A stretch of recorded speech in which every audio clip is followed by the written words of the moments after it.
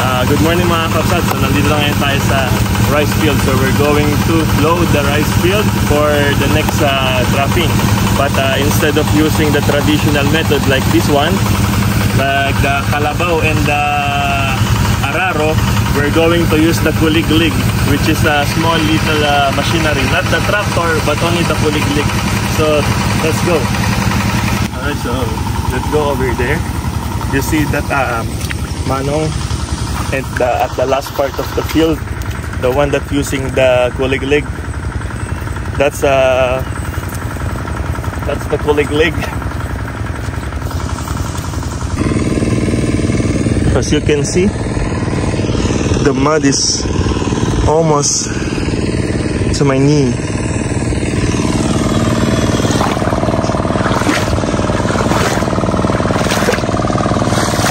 So that's RR in the kuliglig thing, and that's my father and my wife who's taking the video.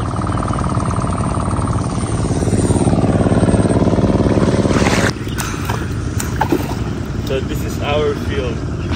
So we're going there to make the kuliglig, the rice field.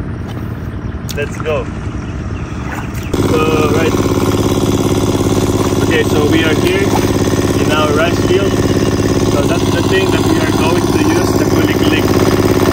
The one that who is operating the thing is RR, and then me. So nagpudot na, nagubad na tayo.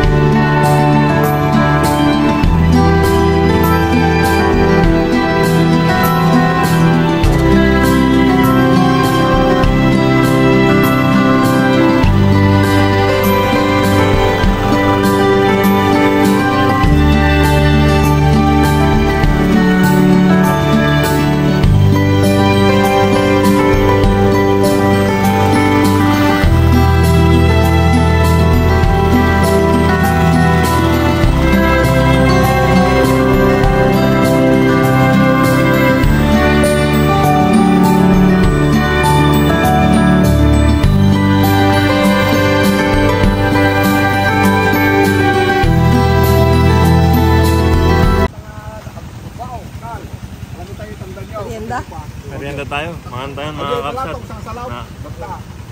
180 ano lang, isang salot.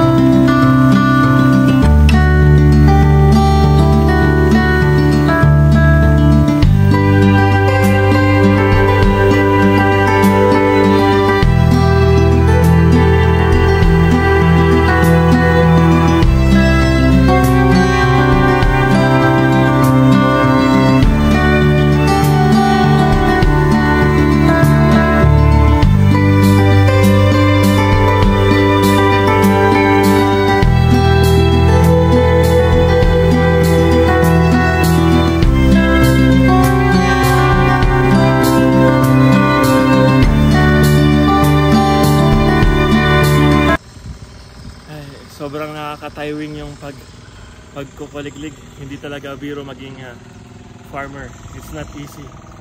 So pahinga muna tayo. Lalo pa natin ang pag-gym.